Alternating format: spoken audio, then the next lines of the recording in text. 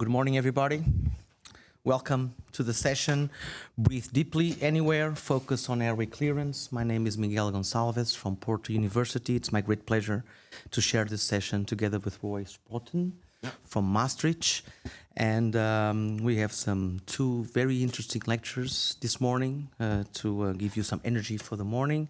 But we will first start with the CEO of Löwenstein Medical, the company that organized this very good symposium. And I'll give the word to Benjamin Löwenstein that will introduce the session. Thank you very much, Benjamin. Thank you, Miguel. Good morning, everybody. Thank you. Good morning, everybody, to this early bird session. Thank you for coming. We really appreciate that. So I prepared a little presentation, about 5 slides, but I think I will not do it. I will do something totally different this morning. I decided just 5 minutes ago.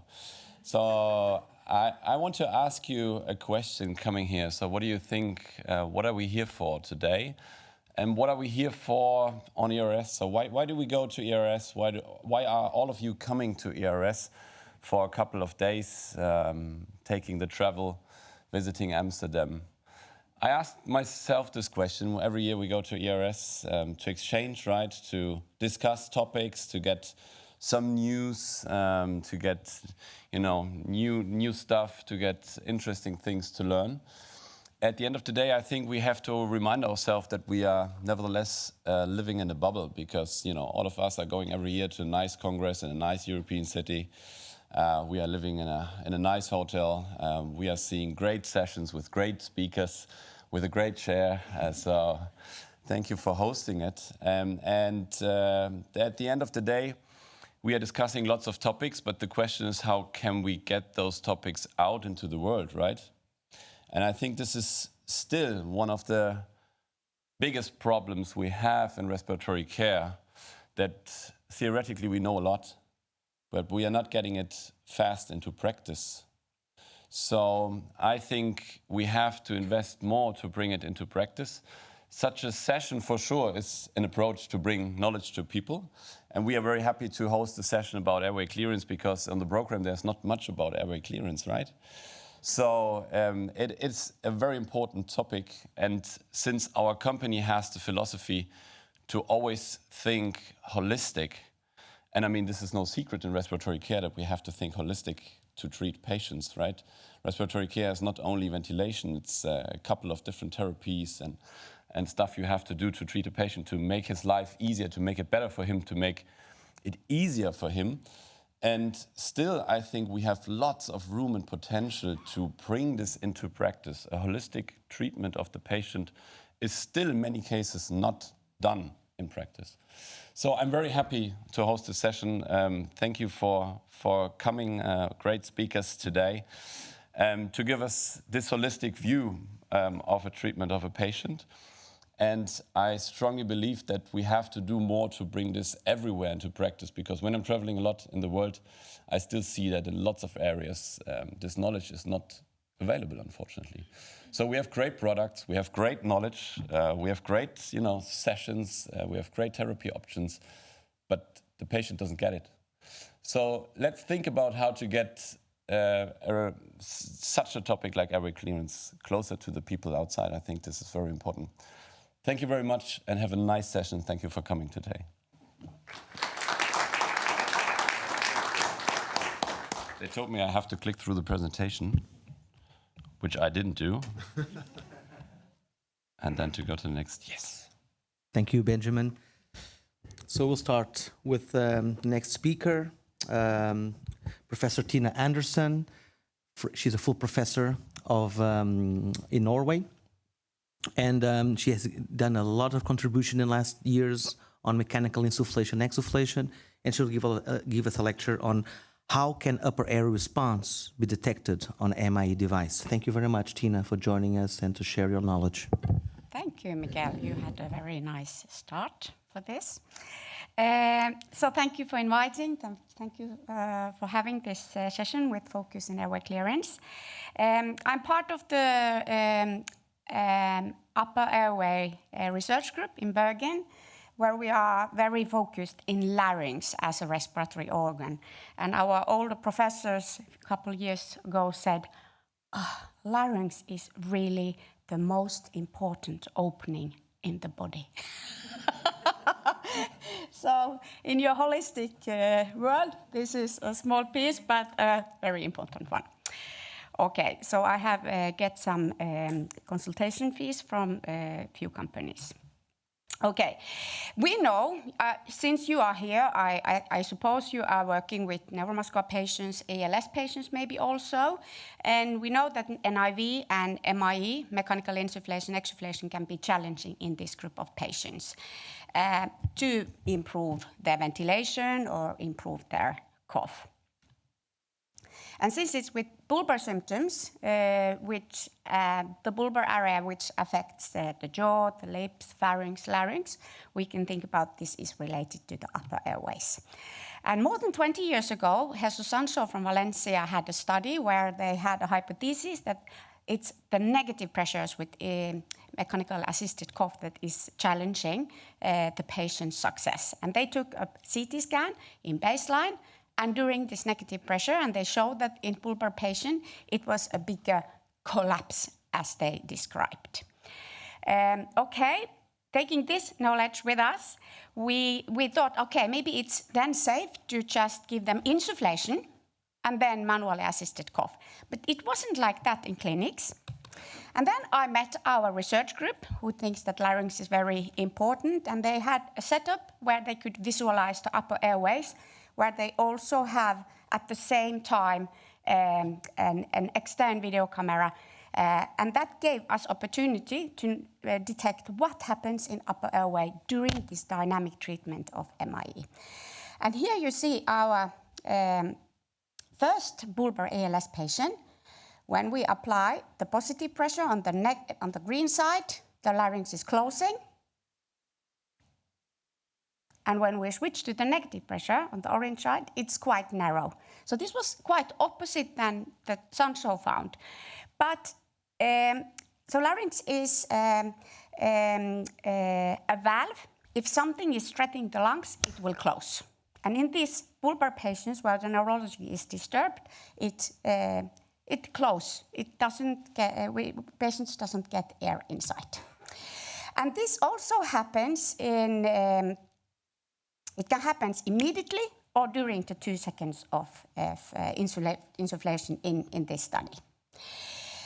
There's also studies that have shown that a very good effect outcome for MIE treatment, peak of flow, which is here described by Michel Chatwin, the top value of expiratory flow.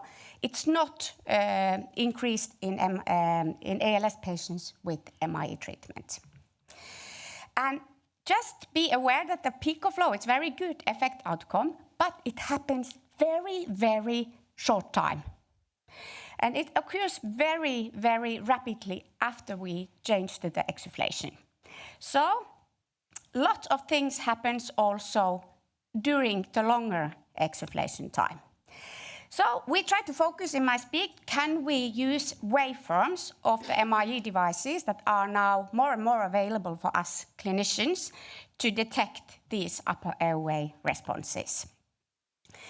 And there are several things we can detect from the waveforms. It can be leakages, asynchronies, it can be just vibrating structure, nothing obstruction, or we can try to detect these obstructions. And here is two very good studies or papers that both can help us to understand how to interpret these waveforms. And my speak today is mainly based on these two papers plus our own experiences from many years. So this is a normal waveform. It's detected with the pneumatachograph in the circuit, not from the MIE device. We have pressure curve on the top, we have flow curve, and then we have also a volume. It's not in every setup that we have volume, but in this example, it will also help us to understand when the pressure is changing from positive to negative. Even the red curve, can already indicate that. So what to look? Peak of flow values, you probably have been used to look at those. It's the top value. Then we have to find out, okay, where is the flow curve and where is the pressure curve? In this example, the flow curve is first and the pressure curve is the second. So different devices, they give us different order in curves. Then we have to find out where is the zero line. So where is the change of insufflation and exsufflation in pressures and in flows. And then we try to detect the insufflation phase, the exsufflation phase, and the time before, again, the next insufflation. Then, before we can go to the obstructions, we should rule out some things that can disturb our curves. It can be important thing also in the patient treatment to find out if they have leakages or they are asynchronies that are not related to the upper airways. Leaks, as I have interpreted them based on the work we have done together with Michelle Chatwin, Manel Lujan, Jesus Sancho, and Raubing. So we see here the pressure curve is on the top, the flow curve is down, and the pressure is achieved, but the flow curve has a slope all the way. So this indicates a leak. Synchrony, if these phases are not like very clear from insufflation to exsufflation, from exsufflation to insufflation, the curve can indicate that the insufflation time is too long, or it's too short, or that the exsufflation time is too long or too short. And these are important things also to detect and to adjust for our patients to have a good experience of this treatment. Okay, here we have one curve from Löwenstein-Caro. And what do we try to find out here? Okay, where is the pressure? Pressure is on the top. The flow is down on it's blue. And then if we now use the pressure curve to detect where is the insufflation, it will be a little bit longer than this, but it happens something on the flow curve. So first there is a flow in, but then it abrupts. And this indicates that the patient or this user started to cough too early. Here is the cough phase, and it's not in synchrony with the delivered pressures. So here we could adjust either the instruction to say, okay, could you just wait a little bit longer before you cough actively? Or shorten the inspiratory time. And here is a pause, and then it starts again. And these two coughs are quite symmetric. It's also something we see.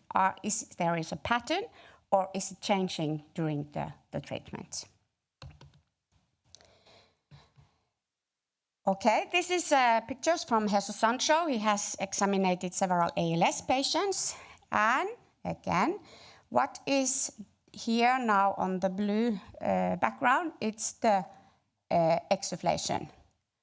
And you see that there is a vibration in both in the flow and the pressure curve during exsufflation. And Jesus Sancho has described in his paper that no oscillations were applied. But in some patients, he has seen that the structures of the upper airways are vibrating during the expiratory exsufflation pressure. I wouldn't either detect this as an obstruction in the upper airways because it will corrugate. When the flow goes down, it will go up again, up and down. Okay, when we have looked the first things, we can go to look for obstructions. And based on the CT scans from Jesus Sancho in 2004, and in many publications later, that the insufflation might be the problem, we need to detect these both things. So normal curve would be in X. If we have an upper airway closure in insufflation, the curve will crash. So you see very peak. This can be just compressive volume. The circuit and upper airways, and then if it's closing, the flow is stopping. In real life, often these kind of curves will also give a consequence for the exsufflation curve. Because if we don't get enough volumes in, we create a vacuum with exsufflation, and also the exsufflation curve would be disturbed. Here, this is now first. We will have some pictures very shortly to see how it evolves in one treatment. Okay, here we have another scenario described by Jesus Sancho, where we have a good insufflation with no obstruction, but when we switch to the exsufflation, we see that there is a peak and abrupt in the curve. So we think that this might be an upper airway closure in exsufflation, poorly. Okay, so here has Jesus Sancho illustrated now one treatment session with red insufflation and blue exsufflation. And he wants to illustrate here that the insufflation curve is quite abrupt in every insufflation, so there is a pattern. But look here also, okay, I didn't have the pointer, it's okay. Look at the blue areas. It's changing character after 3 exsufflations. So when we don't get air in, it will give a consequence to not get air out as well. So often these things are appearing together. Here you have the insufflations on the red and exsufflations with blue. But here the flow curve is totally different. There is just one peak and then almost no flow. So probably we have a compressive volume. We just drag out the air from the circuit and from the upper airways, and then there is no more air to get up from the lungs. Before we go further, I want to also to detect the red areas. So the first, second is very good insufflations, but the third looks like to have already a small abruption. Fifth and sixth, there is also closure during insufflation. So these things might appear together. In Sancho's paper, he used the waveforms to also to retitrate the settings. So here in first scenario A, we have MIE settings, pressure plus 50, minus 50, high insufflation flow, insufflation time of 2 and exsufflation time of 3 seconds.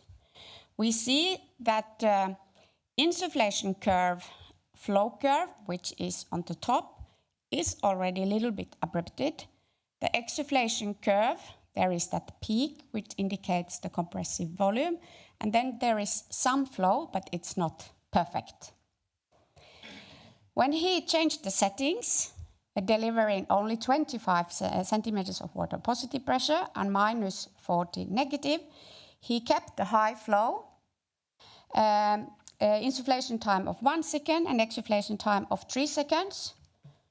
The curve, at least the expiratory curve was improved, but the inspiratory curve was still quite similar to the first scenario.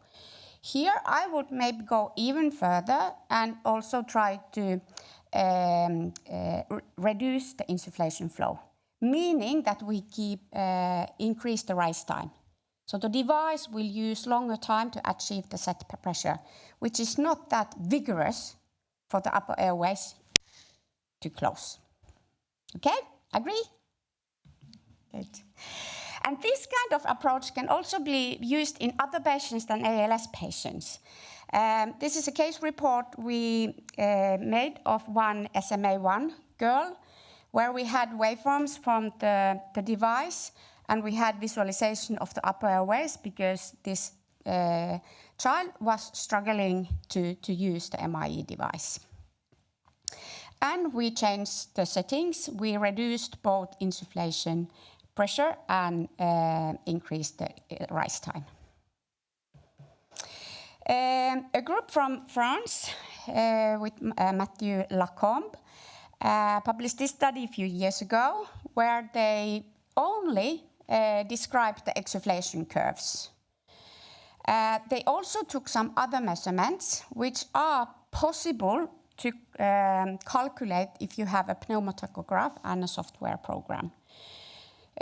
He detected 3 different patterns. So these are all exsufflations. It starts from minus 20, increase to 30, 40, 50, and 60. But all the patterns, both A, B, and C, are quite similar, even if the pressures are increasing.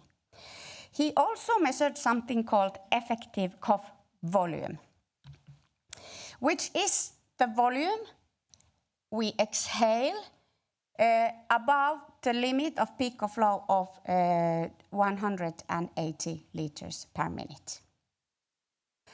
And this kind of data helps us to understand that the exsufflation have also a factor that is time dependent. So you remember the cough peak flow, if that is the only measurement we are considering, it happens very fast after we switch to the exsufflation.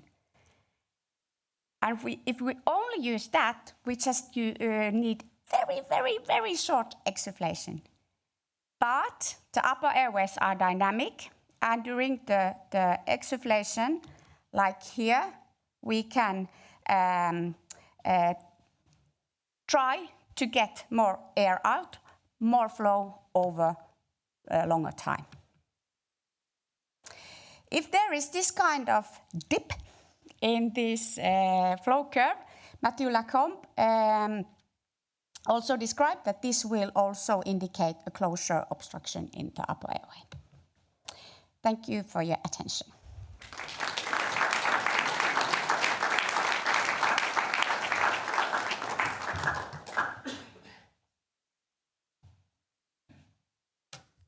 Thank you. Okay. Now the next speaker I want to introduce is Hélène Prigent. She's a professor in Paris and doing a lot of work on the home mechanical ventilation. And I want to introduce the presentation about when ventilation is not enough, airway clearance, ventilator-dependent patients. Thank you.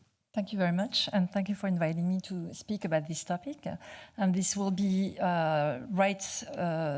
following what Tiina has showed us. And one of our questions was, what do we do with ventilator-dependent patients, and how do we manage airway clearance? So these are my conflicts of interest. And just who are those ventilator-dependent patients? And overall, we know that the patients were going to evolve towards a total dependency on ventilation. Whether they are pediatric patients or adult patients, are usually neurological or neuromuscular patients, mainly. And in these cases, the respiratory failure follows the failure of the respiratory muscle. So on the forefront, we're going to have the inspiratory muscle dysfunction, which is going to lead to a ventilation dysfunction and alveolar hypoventilation, for which we're going to introduce ventilation. But there's also other dysfunctions which are going to be very important in the management of those patients.